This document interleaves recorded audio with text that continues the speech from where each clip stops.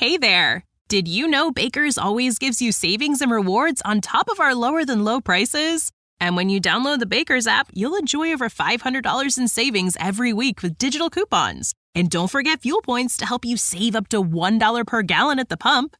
Want to save even more? With a Boost membership, you'll get double fuel points and free delivery. So shop and save big at Baker's today. Baker's, fresh for everyone. Savings may vary by state. Restrictions apply. See site for details.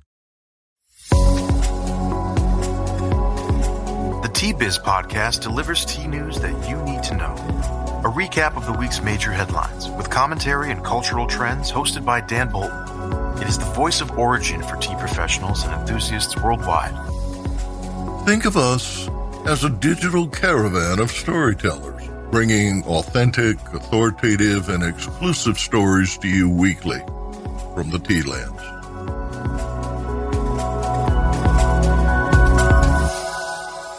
Hello, everyone. I'm reporting this week from our lake cottage in northern Canada. It's the furthest I've ventured from our Winnipeg home in 545 days. Here are the headlines. Logistics companies invest to right the ship.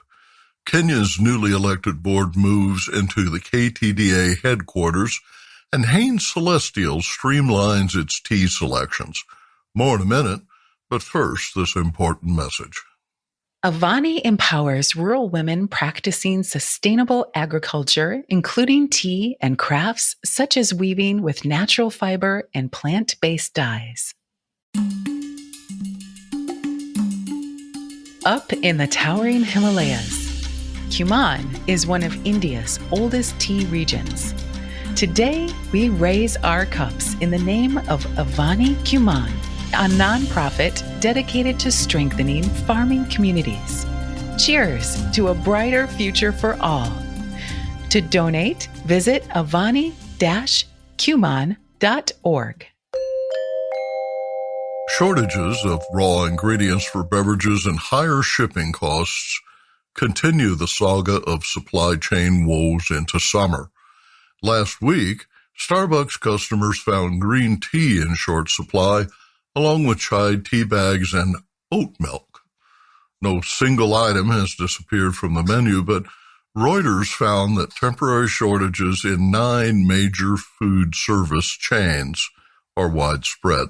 Less obvious are the costs passed along due to more expensive air and sea transport and a shortage of truckers.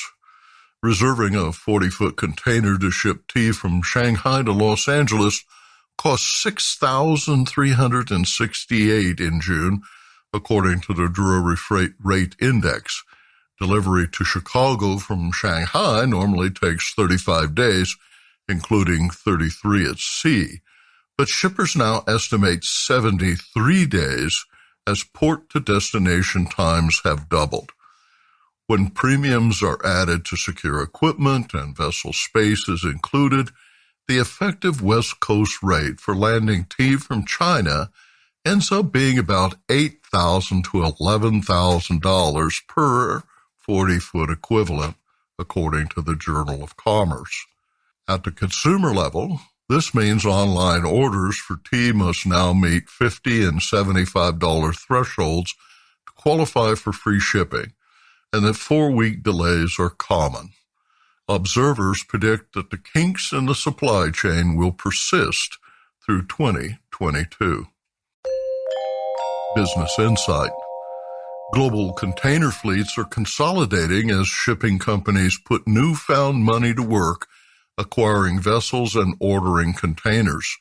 Swiss-owned MSC, the Mediterranean Shipping Company, has acquired 70 ships since August and has an order book of 800,000 TEU for new ships. The buildup in demand shows no sign of abating as consumers spend pandemic savings and economies emerge from lockdowns.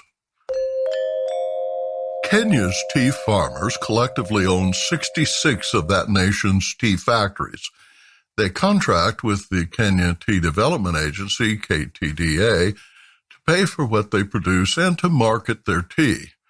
During the past 2 years, local concerns and a new administration in Nairobi led to legislative reforms that permit factories to replace directors by conducting special elections.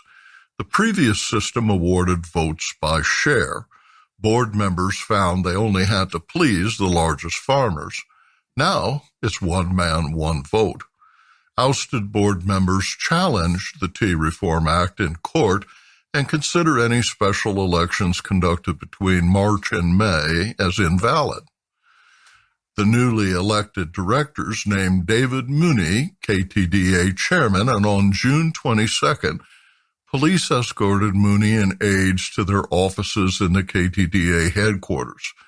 KTDA's Peter Canyago, who had been at the helm of the agency for 26 years, was forced to relinquish his position after he was unseated in a local election April 25th. Mooney's first official act was to notify the organization to accord full recognition and cooperation to the new board as it takes over management. Quote, "We wish to assure all stakeholders that the operations of the group are running smoothly and without any operations," he said. A spokesperson at a non-violent late-night protest June 22nd predicted that a case before Kenya's Constitutional Court would find the government's actions unconstitutional and reinstate the old board.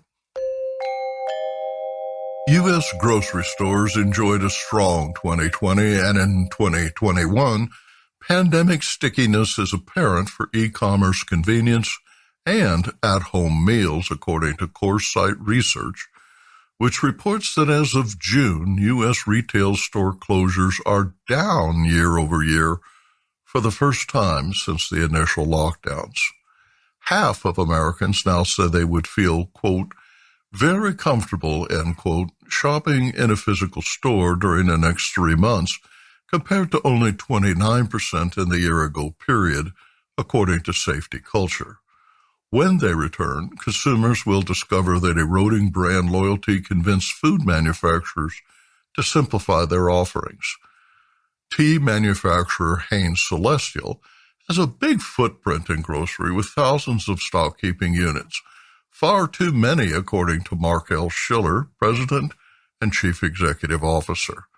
Schiller told investors that shedding 20 brands, discontinuing 1,000 SKUs proactively before the pandemic, and really simplifying the way we operate were the cornerstones of a strategy that has increased margins.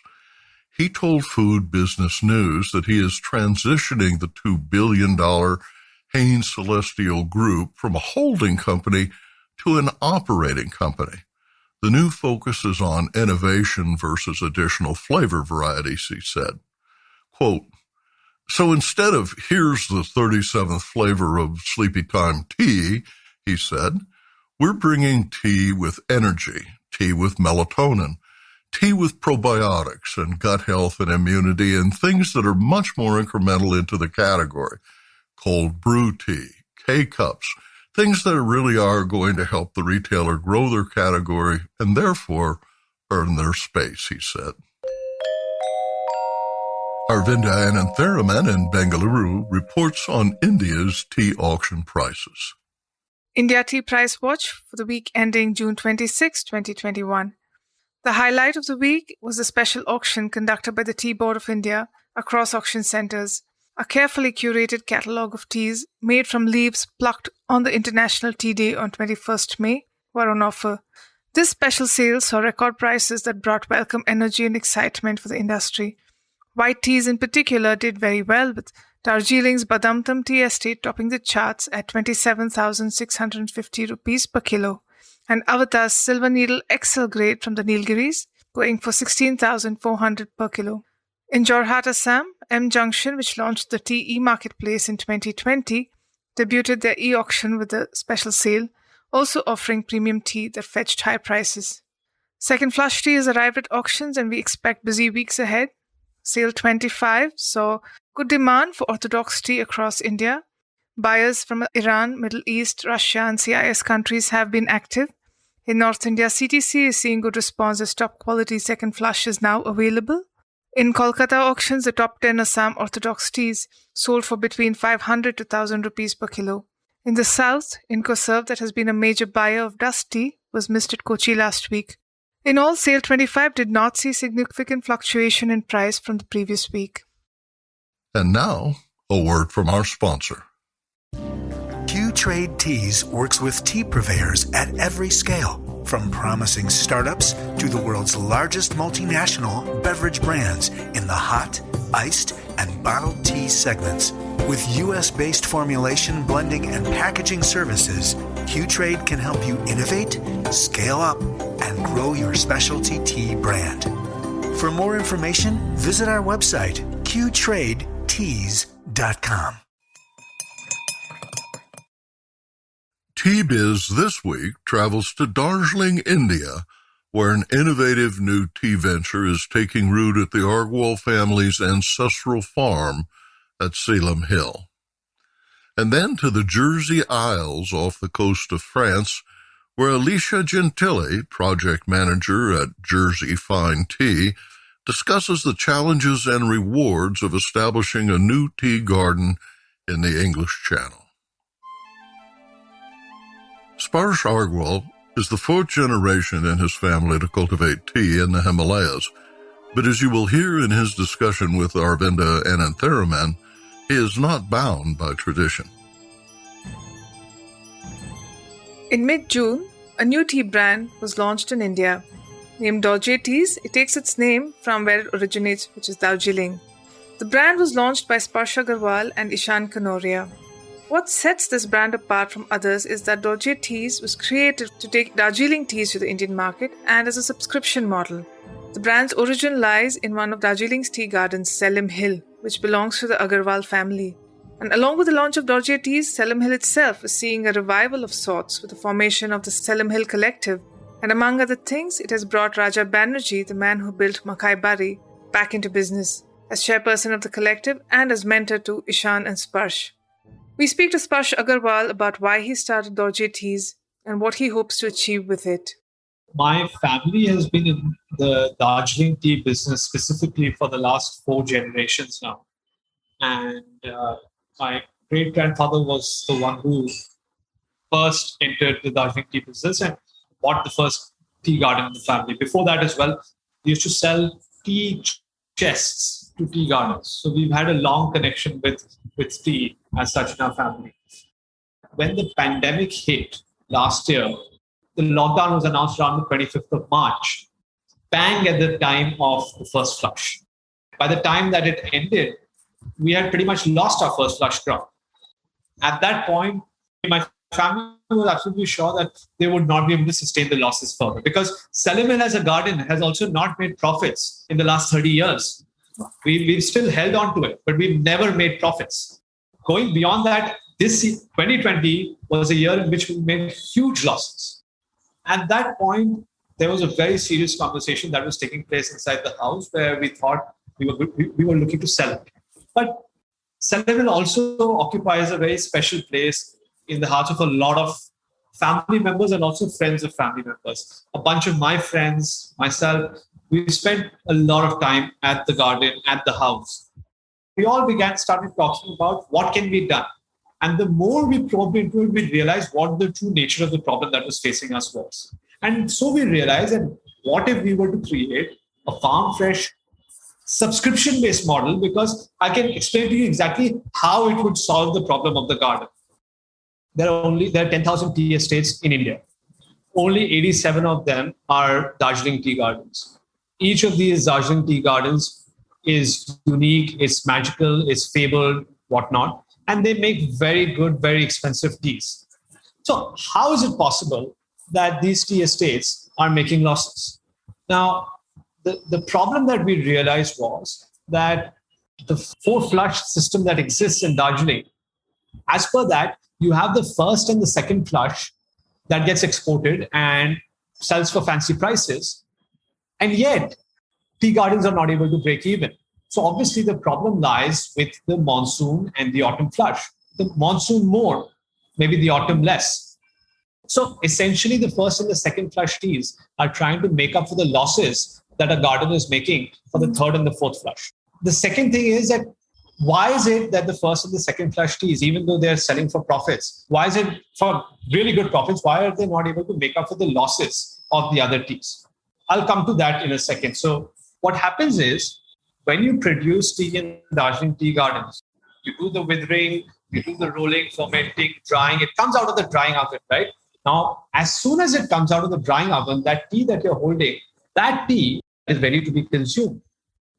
I haven't found a single agricultural product which, once it is ready, is crushed after that. Because it's an export-dependent market and you have international clients, in Europe, in America, in all these places, they require a uniform product. So in order to make that tea uniform, you have this grading system: whole leaf, brokens, fannings, and dust. Now, 1 kg of bulk tea, as it is called, coming out of the dryer's mouth, 1 kg of it, only 30% of it gets sorted into whole leaf teas, which is that uniform grade. And the problem is, to make that uniform whole leaf grade teas, you create the residues, which is brokens, fannings, and dust going into your tea bags. And only that 30% of teas get sold for profits. So you're not even trying to cover the profits of first flush, not even trying to cover the losses of the monsoon flush by the profits of the first flush. You're only trying to cover the losses of the residue through the profits of the whole leaf tea. And we had a lot of discussion, and especially with Raj, I kept asking him that, are these whole leaf teas better tasting? The more we spoke, the more we kept discussing that how can it be better tasting? You are basically cutting it down, crushing it, handling it more, putting it through a machine.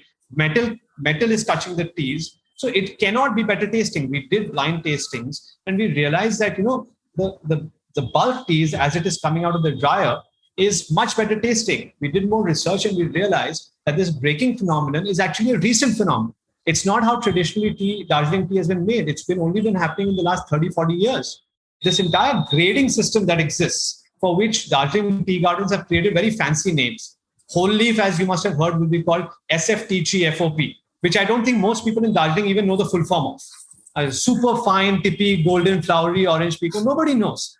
What does that even mean? So this entire grading system, I find it not only outdated, it makes no sense to me. That was the first dilemma. And the second dilemma was this hierarchy that has been created between the flushes. First flush is the best flush. Second flush is a little below that. Then comes autumn flush, and then monsoon flush cannot be had. Why can't it be had? Has anyone ever had a good monsoon flush tea?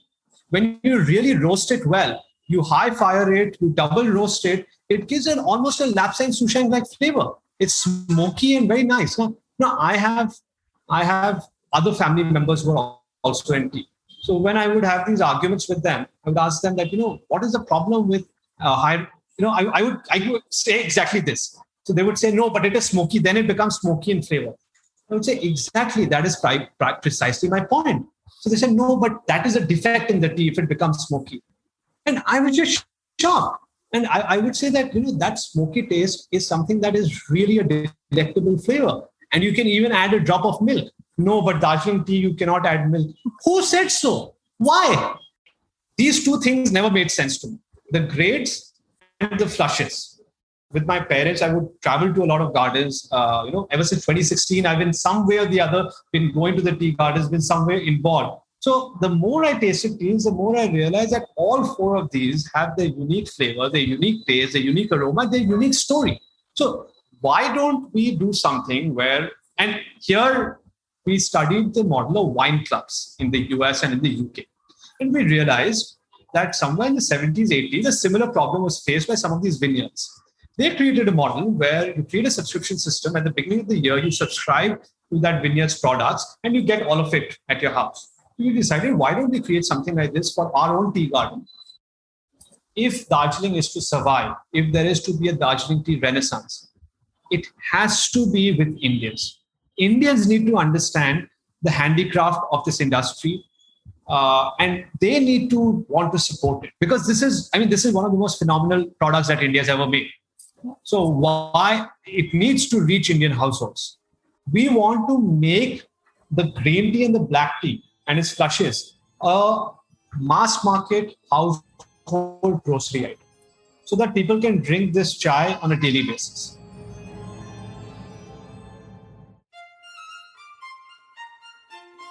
At 49 degrees latitude, Jersey, the largest of the Channel Islands situated between England and France, is much further north than traditional tea lands. Yet the island is proving to be fertile ground to produce fine loose-leaf tea. Camellia sinensis is a versatile plant that is grown in many parts of the world.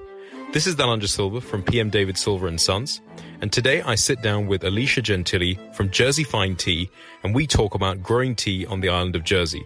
We talk about marketing, we talk about some of the challenges that she has faced producing tea on the island, and what we can expect from Jersey Fine Tea. Establishing a tea farm where none previously existed presents many costly challenges.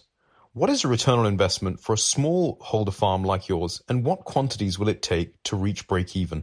So that's a really complicated thing to answer. As far as what it takes to set up a new estate, your return is going to depend on how much you have to invest. So you have high investment, you'll get faster returns, but there's a higher risk.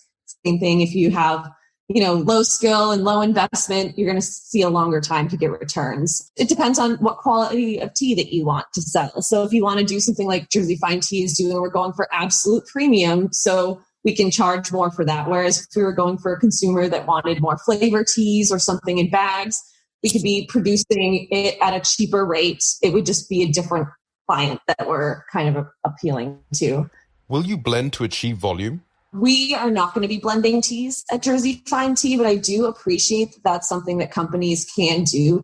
Other European tea growing regions too, of finding that you can't really make enough money from selling tea alone. So we're having to do things like tours and classes and open it up to the public as to a way of supplementing income. What are some of the challenges that you've experienced? One of the challenges I think that most tea companies everywhere face is cost of labor. In Jersey, minimum wage is much higher than it would be in somewhere like India or Sri Lanka, for example. So that's a huge challenge for us to consider and what we need to charge for teas, how much we can make. The laws here are just different in other places. If we wanted to sun wither the tea, we don't have the flexibility to just put a sheet outside and let it wither in the sun. I know that companies in the United States are getting really creative with working with health and safety. One company is using UV lights to activate the same kind of reaction that sun withering would do. So there are creative ways of getting around it, but considerations that you have to think of in new tea growing regions. It's not technically a beverage. It's a finished product, but it's still a food product. So it's kind of in this gray area. So we're kind of unsure about whether it's a finished product or a food product. So that's, I think, going to come with some challenges for sure. How has Jersey Fine Tea adapted its manufacturing process to the climate of Jersey? Tea, everything grows well. The soil's great here. We've had to add irrigation to make up for the lack of rainfall that happens, but that was fairly easy to do. Where would you like to see Jersey Fine Tea being marketed and enjoyed? Is it just for Jersey? Is it for Britain? Or are you looking further afield into Europe and the rest of the world? We actually do sell globally now, which is really great. Through our website, we get sales from all over the place. America, France, Germany, the Netherlands, definitely the UK, which is great. I think our target consumer really is tea enthusiasts, people that are interested in tea from new tea growing regions. Our other target audience is Jersey tourists, people that are coming here. They're looking for something local, something that's grown here, something that's really high-end, high quality. So we're trying to get into a lot of the higher-end hotels. I'm pushing for, we're slowly getting into afternoon teas here, which is really exciting because in the UK, afternoon tea really isn't about the tea so much. So I'm trying to work with restaurants to get them to kind of change that attitude, make afternoon tea about having a nice, good quality cup of tea with that. It's definitely challenging in Jersey because loose leaf tea isn't really a well-known experience here. So it comes with a lot of educating the consumers on how to brew it, what it is even. I think a lot of people get intimidated by it. So for us to succeed as a business, that's why I want to push for doing tours and classes and talking about it, just so we have the education here that people will be interested and start supporting us.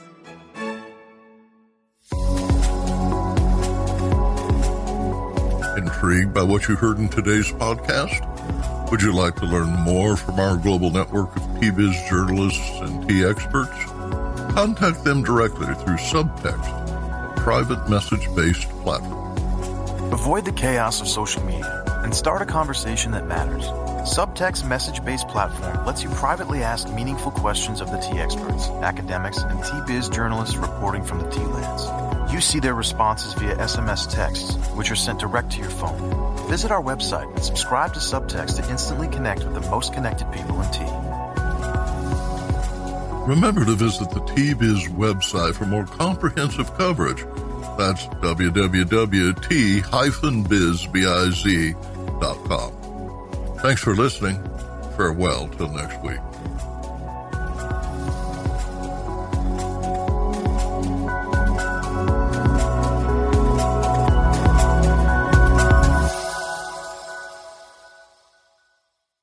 Get ahead of postage rate increases this year with Stamps.com. It's like your own personal post office. Sign up with promo code PROGRAM for a 4-week trial plus free postage and a free digital scale. No long-term commitments or contracts. That's Stamps.com, code PROGRAM.